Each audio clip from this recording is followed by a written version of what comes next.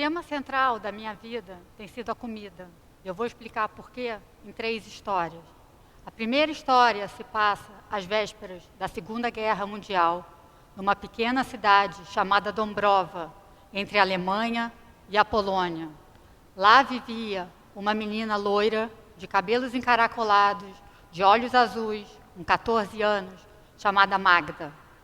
Ela era a terceira filha de uma família de judeus que viviam numa casa grande de tijolos, com muitos quartos, muitos quadros e muitos empregados. Um dos empregados da casa era um rapaz de 17 anos, olhos verdes, forte, chamado Michel. Ele era o faz-tudo da casa e ele tinha uma paixão secreta, não correspondida por Magda. Magda nem sabia de sua existência. Os alemães invadem a Polônia. A família de Magda perde todos os seus bens. Eles são presos e mandados para o gueto de Dąbrowa, onde passam a morar num quartinho apertado, escuro.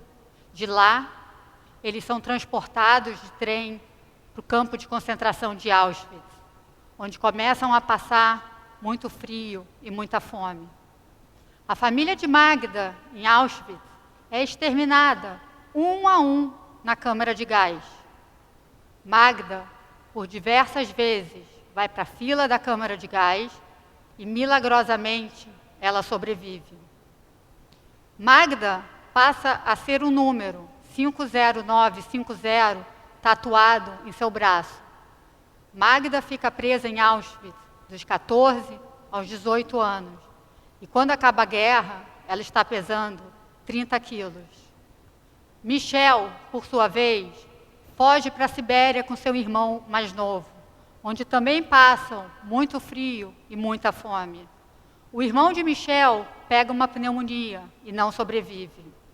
Michel, então, é preso e mandado para o campo de trabalho forçado, onde lá, algumas vezes, dão para ele batata para comer, todos os tipos de batata. E uma família que teve o filho morto na guerra, dá para ele um casaco. Assim, por sorte, Michel sobrevive. Quando acaba a guerra, Michel volta para Dąbrowa, sua cidade natal, à procura de alguém que ele conhecesse. Toda a sua família morreu. E em Dąbrowa, ele escuta falar que Magda, seu antigo amor, tinha sobrevivido. Mas ela foi mandada para Munique, para o campo de refugiado. Rapidamente, Michel vai para Munique e procura nas listas de sobreviventes o nome de Magda. Michel e Magda se reencontram. Eles se casam e eles têm uma filha chamada Eva. Eles decidem que não querem ficar na Alemanha do pós-guerra. Eles pensam em ir para Israel, para os Estados Unidos, mas por terem parentes distantes no Brasil, eles resolvem que vão pegar o navio, na terceira classe de um navio, passando fome, e vão para o Rio de Janeiro. Eva é minha mãe.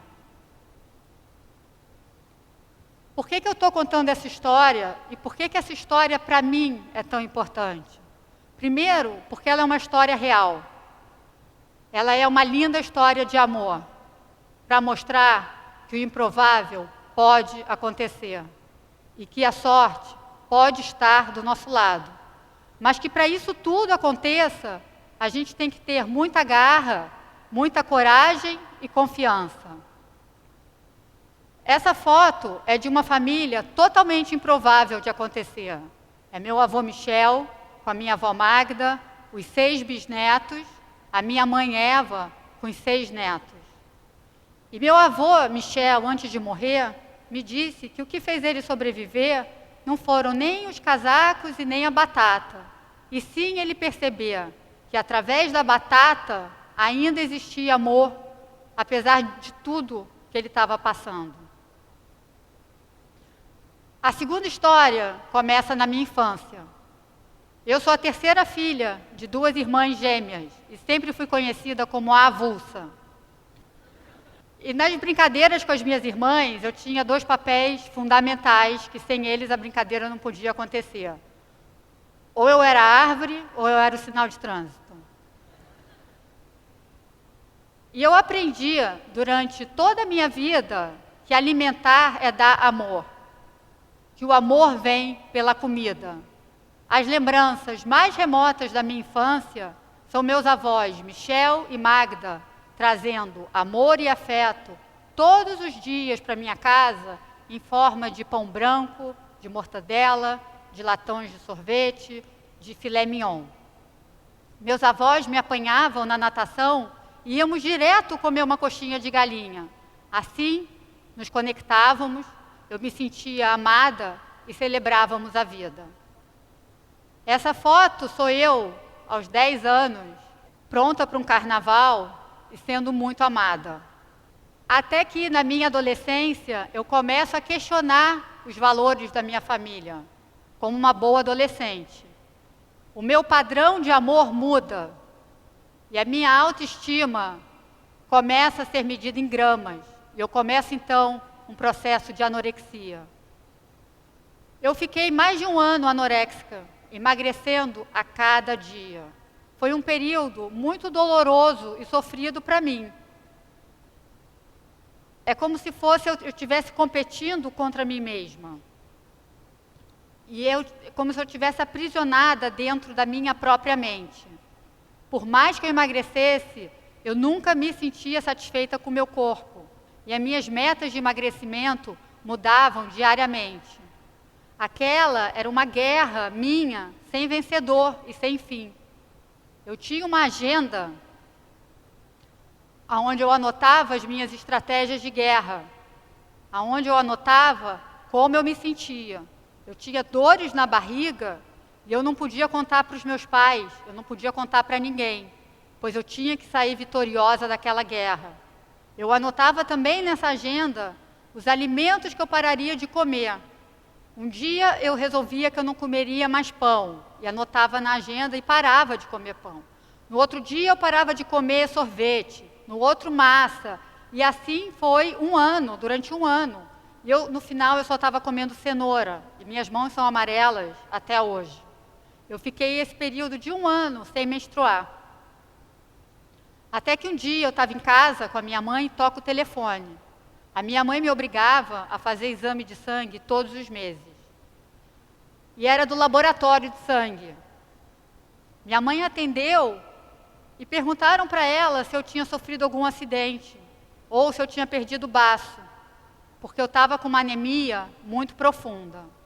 Naquele momento, eu tive muito medo e tive certeza que ia morrer por falta de comida e não de amor. E comecei, então, a cura da anorexia. Aos 24 anos, formada em economia, eu fui morar em Nova York com meu namorado, que hoje é meu marido. E lá comecei a trabalhar no mercado financeiro. Eu substituí a competição contra mim mesma, da anorexia, por longas horas de trabalho, de um trabalho altamente competitivo. Eu comecei a ter crises de pânico e meu chefe me mandava ir para o banheiro até que a minha crise de pânico passasse e eu voltasse a trabalhar. Aquele não era o meu sonho, apesar de eu não saber qual ele seria. E eu vivia como se eu estivesse no piloto automático, me sentindo um ratinho correndo dentro daqueles círculos. Mas lá, trabalhando diretamente com americanos, eu percebi que eu tinha um espírito empreendedor. Aos 32 anos, ainda trabalhando no mercado financeiro, eu tive meu primeiro filho, Felipe, e parei de trabalhar. Logo depois, meu segundo filho, João, nasceu. E foi o primeiro momento da minha vida em que eu fiquei 8 anos sem trabalhar ou sem estudar, que eu resolvi que eu somente iria nutrir meus filhos. E foi nesse período da maternidade que eu consegui elaborar toda a minha história de vida, que meus avós passaram fome na guerra e não tiveram amor. Que na minha infância eu tive muita comida e muito amor. Na minha adolescência eu tive sim comida, mas eu me privei dela, eu me privei do amor e me privei do prazer. E agora, na maternidade, é quando eu entendi que Amor, prazer, nutrição e comida podem sim andar juntos. Mas o meu pavor em ter que alimentar bem os meus filhos foi tamanho que eu fui estudar sobre alimentos. E eu poderia ter parado por aí. Mas foi nesse momento que eu percebia que tinha uma sementinha de um sonho muito frágil dentro do meu peito. E entendi que amar é comer sim, mas amar é comer bem. Amar é alimentar a alma. E que nós mulheres gastamos muito do nosso tempo e da nossa energia pensando se a gente está gorda, se a gente está magra, qual o nosso percentual de gordura, se a gente fez mais ginástica que as nossas amigas, e usa a nutrição sempre para emagrecer. E esquece que a nutrição mais importante é nutrir os nossos sonhos. A terceira história é sobre sonhos. Eu vou falar do meu sonho, mas eu queria que vocês pensassem no sonho de vocês. Numa viagem de férias, no Havaí, com os meus filhos, eu conheci os sucos prensados a frio. No primeiro gole do suco, eu senti um imenso prazer e não senti culpa como uma ex-anoréxica. Quando eu entendi que o método de prensagem a frio preserva todas as enzimas, todos os nutrientes, sem conservantes, sem choque térmico, sem pasteurização, eu decidi que eu faria a primeira empresa de suco prensado no Rio de Janeiro.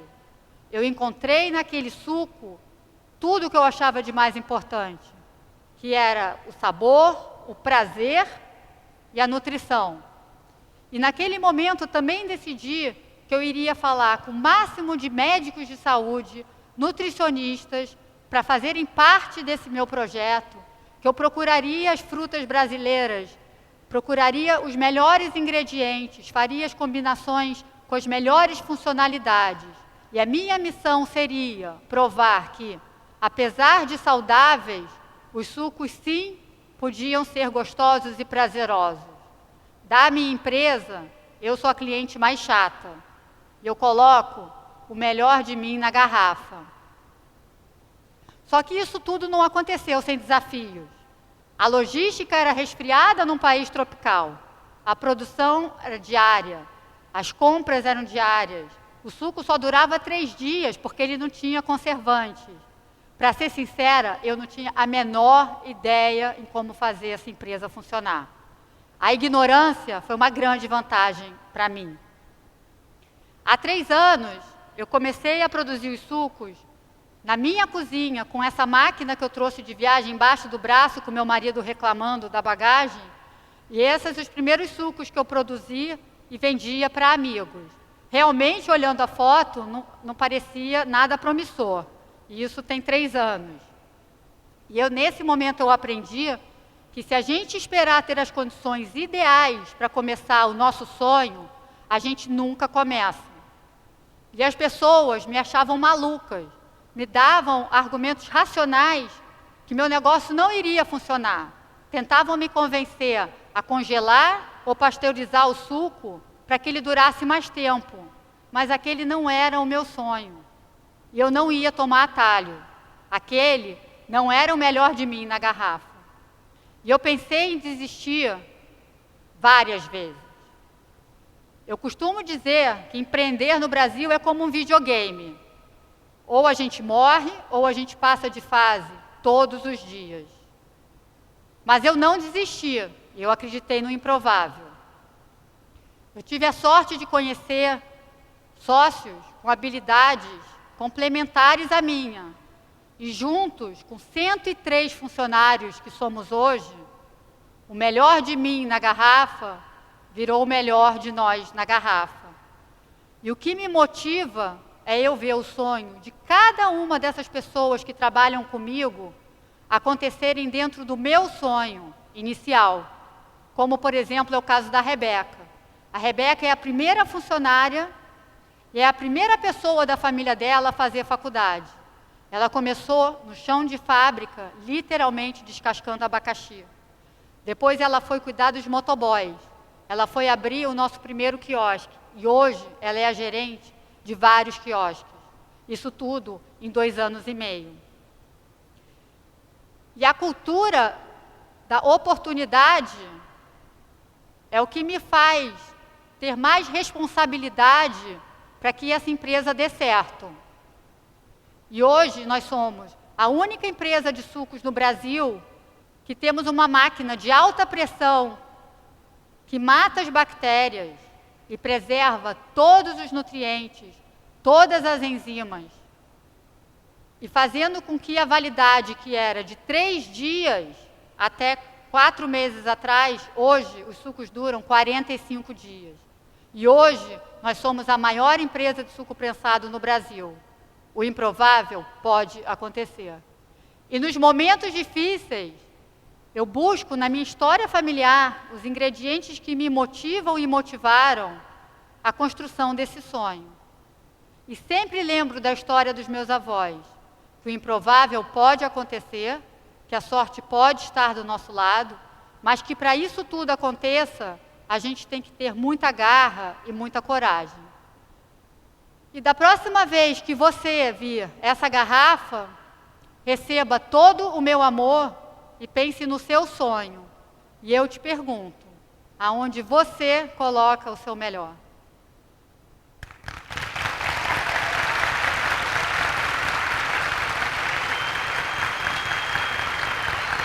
Obrigada.